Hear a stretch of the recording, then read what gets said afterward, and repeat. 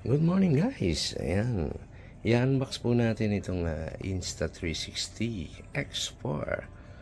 Ayan, kasama na po nabili natin with invisible selfie stick. Ayan. So tingnan natin.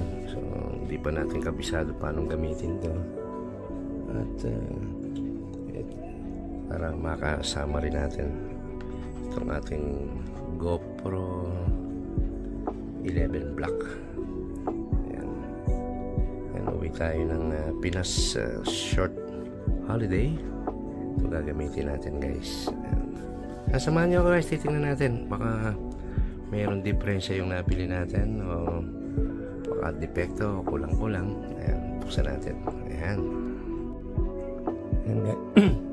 Ito nga ulit tayo guys. At ito yung i-unbox natin, itong Insta360 X4. And then SD card 256 GB. Tapos etong motorcycle U-bolt mount. Kapit natin sa motor natin. Lens cap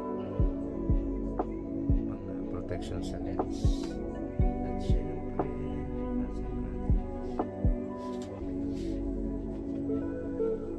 invisible stick. Hindi rin nakikita yun pag nagbibideo ka, hindi makikita yung stick. Yan, buksan natin guys. Hiniwa-hiwa ko ng konti yung gilid at effective kung natin. Pala guys, inabot to ng halos 800 Singapore dollars at 12 months to pay naman siya with zero interest. Tingnan natin. Mamaya ang laman nito photo bongbong lang. Mahirap. Yun. May laman nga siya. Okay.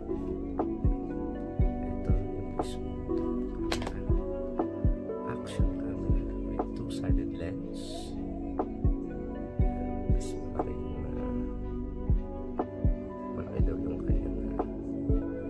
Screen.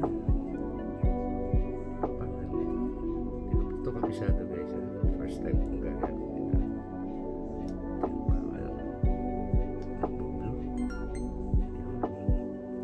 Set up natin siya. Siyempre sa English. Next. Please download the Instagram app.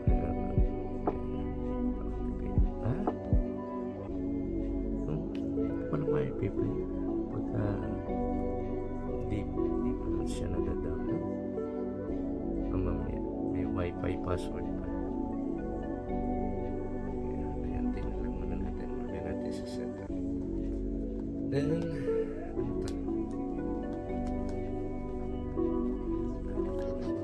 sa pagkakasa siguro makapit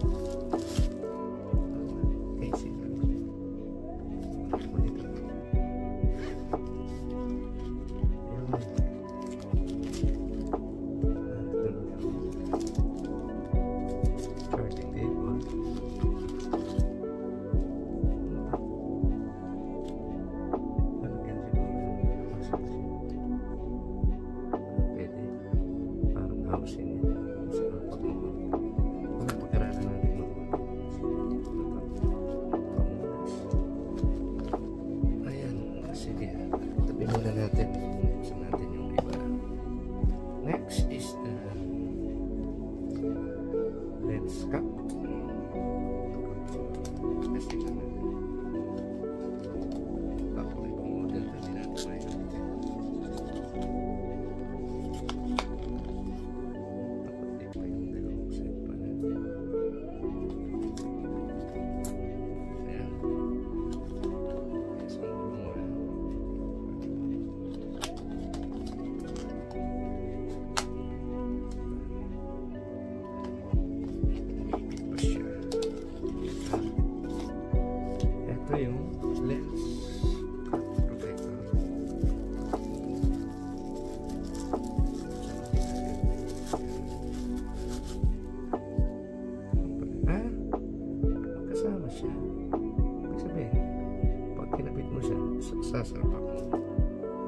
siya individually covered.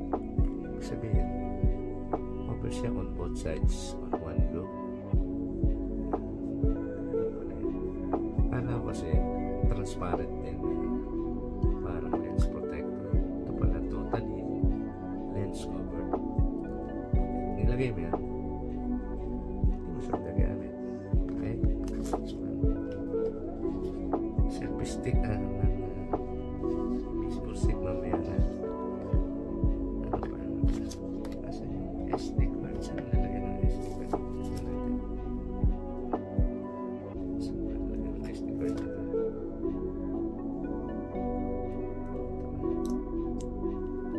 Battery tayo.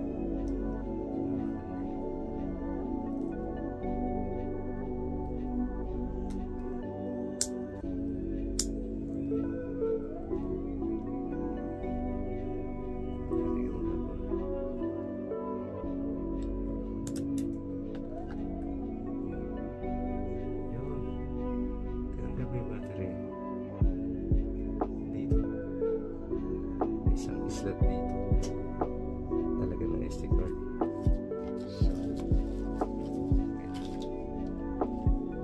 SD card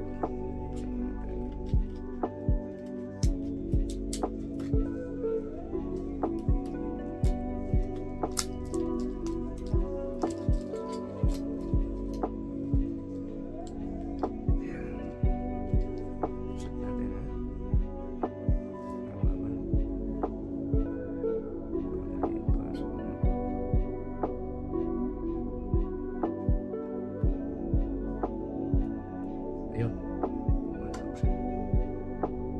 Ito yung SD card niya. Balik natin yung battery. Okay ng battery. Sound battery. Okay, yan guys. So mamaya, testingin natin isang round kung paano siya isushoot pag-aralan ko ng konti. Balik tayo guys. Mamaya tapos pag nag-vlog tayo, pero isa nito sa harap, tapos isa sa helmet mount yung GoPro. Bumili ko nga pala ng mic adapter nito, pero yung GoPro adapter kasi wala pa ako yung mic nun.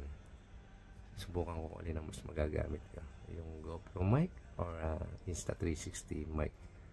Okay guys, sige, tingnan natin then sunod uli natin dito yung sample video nya. Yan guys, see you.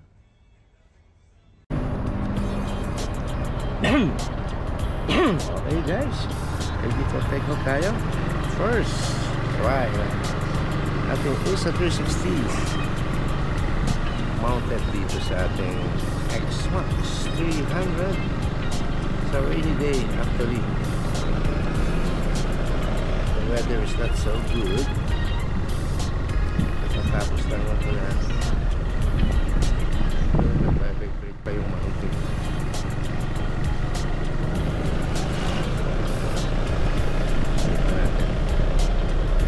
Quality ko.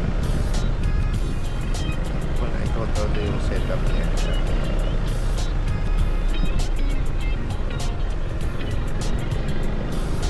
Oh, may ambulansya. Ito siguro na namang dadalhin daw sa sakit. Wala mong audio nito kung okay naman.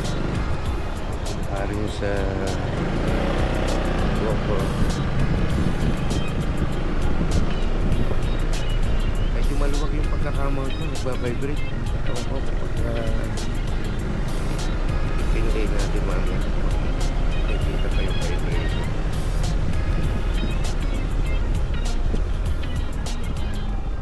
Mabilisan lang naman kasi. Okay lang na.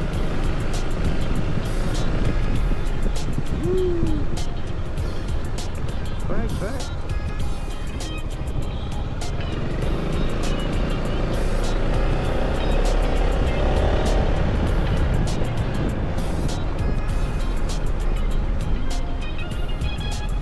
Dito Singapore, nakamount siya sa X-Max 300. Nag-uwi tayo next week. Then testingin naman natin sa Honda CB650R. Road trip. 5 days lang naman ako doon. Long weekend holiday. Yan, tayo na traffic man. Bedok Reservoir Road. Na tayo sa McDo.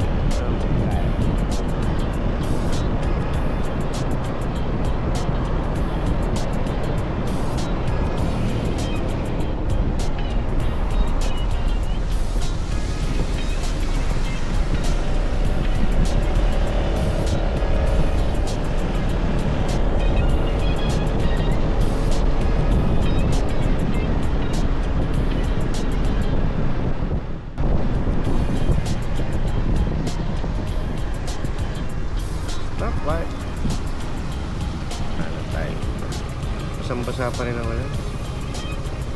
Test ko sana kanina sa expressway, kaso umulan.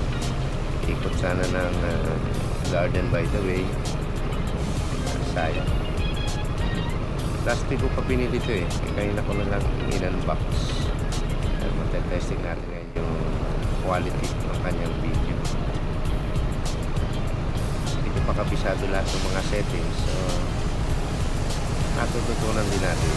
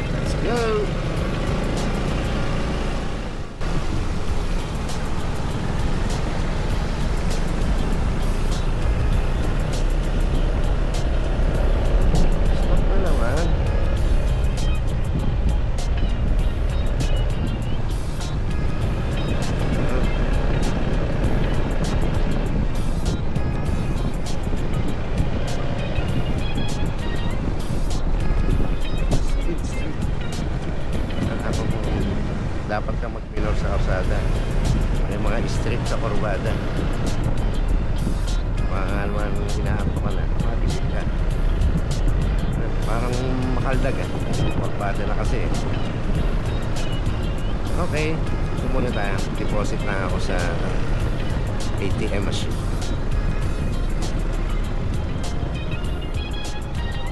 Walang ganong pula. Wala pala. Muna tayo. Mabilis ang parking. Air bawal dito eh. No waiting. Okay. Papasin ko ito. Baka pagbalik ko wala na tayong Insta360. Mahirap na.